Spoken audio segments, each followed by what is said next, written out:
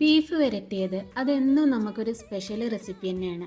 ഇന്ന് നമുക്ക് നല്ലൊരു ബീഫ് വരട്ടിയത് തയ്യാറാക്കാം. അതിന് വേണ്ടിയിട്ട് കഴുകി വൃത്തിയാക്കി വെച്ചിട്ടുള്ള ബീഫിലേക്ക് നമുക്ക് കാശ്മീരി ചില്ലി പൗഡർ, സാദാ ചില്ലി പൗഡർ, മഞ്ഞൾപ്പൊടി, മല്ലിപ്പൊടി, ആവശ്യത്തിനുള്ള ഉപ്പും കൂടി ചേർത്ത് കൈവച്ച് നല്ലപോലെ മിക്സാക്കി കൊടുക്കുക. ഇനി അതിലേക്ക് ആവശ്യത്തിനുള്ള വെള്ളം കൂടെ ഒഴിച്ചിട്ട് കുക്ക് ചെയ്തെടുക്കാം.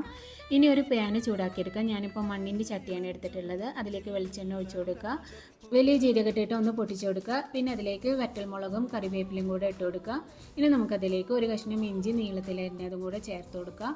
അതൊന്ന് മൂത്ത് വരുന്ന സമയത്ത് നമുക്കതിലേക്ക് തേങ്ങ കൊത്തിട്ട് കൊടുക്കുക. അതൊന്ന് നല്ലപോലെ വഴറ്റി കൊടുത്തതിന് ശേഷം കനം കുറഞ്ഞ അരിഞ്ഞ ഒരു സവാള ചേർത്ത് കൊടുക്കുക. അതിലേക്ക് ഒരല്പം ഉപ്പും കൂടെ ചേർത്തിട്ട് നല്ലപോലെ വഴറ്റി കൊടുക്കുക. വഴന്ന് വന്നതിന് ശേഷം അതിലേക്ക് ഗരം മസാല, കുരുമുളക് പൊടി, ബീഫ് മസാലയും കൂടെ ചേർത്തിട്ട് നല്ലപോലെ വഴറ്റി കൊടുത്തതിന് ശേഷം ഒരു ക്യാപ്സിക്കം കട്ട് ചെയ്തും കൂടെ ചേർത്ത് കൊടുക്കുക. പിന്നെ നമ്മൾ കുക്ക് ചെയ്ത് വെച്ചിട്ടുള്ള ബീഫും കൂടെ ഇട്ട് കൊടുക്കുക. എന്നിട്ട് ലോ ഫ്ലെയിമിൽ കുക്ക് ചെയ്തെടുത്ത ബീഫ് വരട്ടിയത്